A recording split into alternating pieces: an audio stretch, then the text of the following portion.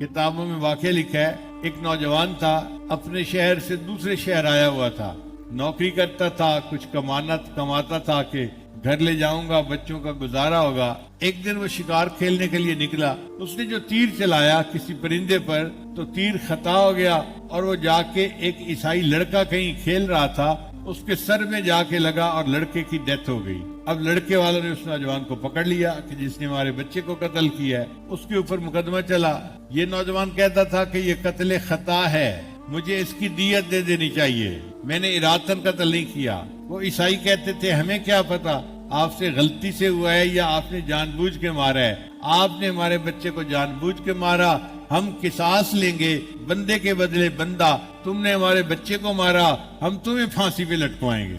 اب کیس کی پیروی تو جج نے بالآخر عیسائیوں کی بات کو قبول کر لیا کہ بھئی وہ رسا نہیں مان رہے تو اب ان کو پھانسی لٹکائی جائے گی۔ اب چونکہ پھانسی جو لٹکائی جاتی تھی وہ ایک خاص دن لٹکائی جاتی تھی، اس میں کوئی 8-10 دن ابھی باقی تھے، تو قاضی نے کہا کہ اتنے دن یہ جیل میں رہے گا، پھر فلاں تاریخ کو پیش کیا جائے گا تو اس کی گردن اڑا دی جائے گی۔ اب یہ مسلمان نوجوان جیل کے اندر اپنی موت کے انتظار میں ہے۔ اس کو خیال آیا میرے تو کسی رشتہ دار کو پتہ ہی نہیں کہ میں کس حال میں ہوں، وہ ساری عمر روتے رہیں گے، مجھے ڈھونڈتے رہیں گے، کیا یہ بہتر نہیں کہ میں جا کے اپنے رشتہ داروں کو بتا دوں کہ میرے اوپر یہ مصیبت بن گئی اور اب مجھے فلاں دن قتل کر دیا جائے گا، لیکن میں تو جیل میں ہوں، میں جاؤں کیسے؟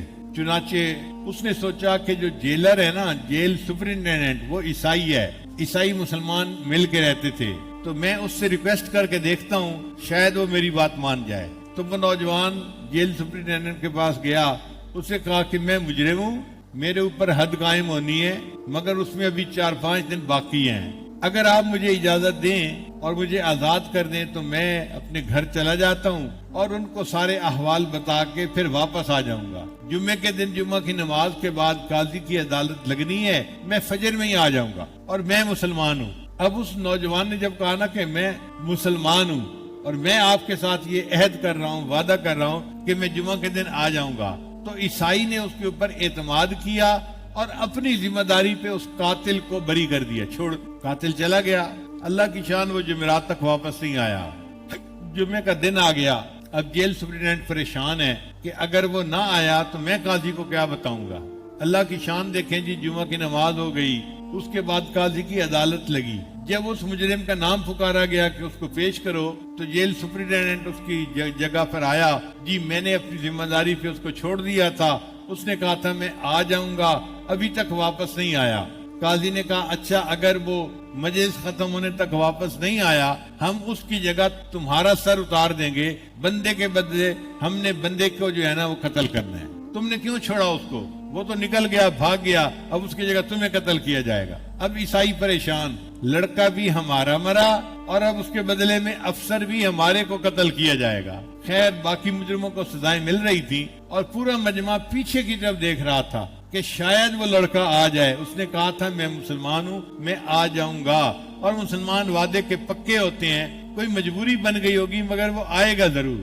اللہ کی شان دیکھیں کہ جب آخری مجرم جو ہے اس کو سزا دی گئی تو لوگوں نے دیکھا کہ دور سے کوئی بھاگتا ہوا آ رہا ہے، تو جیل سپرنٹینڈنٹ نے قاضی سے درخواست کی کہ آپ تھوڑی دیر انتظار کریں، یہ بھاگتا ہوا بندہ ہو سکتا ہے وہی مجرم ہو جو واپس آ رہا ہو۔ سب لوگوں نے انتظار کیا۔ اللہ کی شان دیکھیں کہ جو بھاگ کے آ رہا تھا یہ وہی قاتل نوجوان تھا۔ اس نے آ کے قاضی کے سامنے بتایا کہ مجھ سے غلطی ہوئی، میں اپنے وقت پہ چلا تھا، راستے میں ایک دریا پار کرنا تھا تو غیانی تھی، مجھے کشتی نہیں ملی، پار کرنے میں دیر ہو گئی اور میں اپنے وقت میں نہیں پہنچ سکا، میں سوری کرتا ہوں، میں پلیز آپ سے معافی مانگتا ہوں، آپ مجھے معاف کر دیں، لیکن میں پہنچ گیا ہوں، لہذا اب اگر سزا دینی ہے تو مجھے دی جائے۔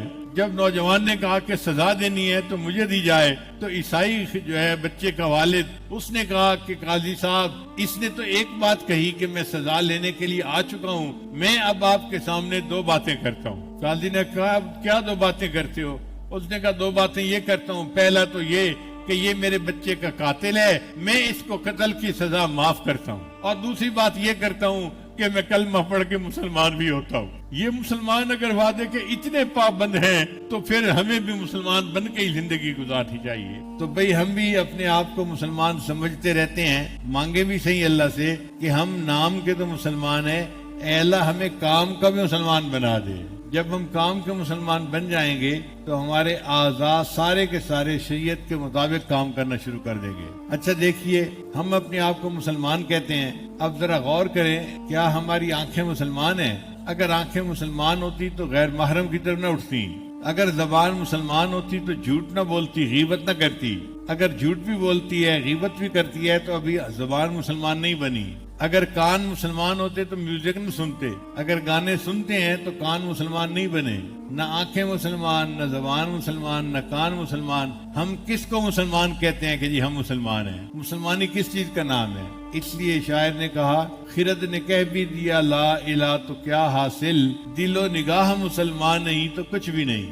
زبان سے کہہ دینے سے کچھ حاصل نہیں ہوتا, جب تک اعضاء مسلمان نہ ہو جائیں انسان صحیح معنوں میں مسلمان نہیں بنتا. حقیقت خرافات میں کھو گئی, یہ امت روایات میں کھو گئی, لبھاتا ہے دل کو بیان خطیب, مگر لذت شوق سے بے نصیب. وہ صوفی کے تھا خدمت حق میں مرد, محبت میں یکتا امانت میں فرد.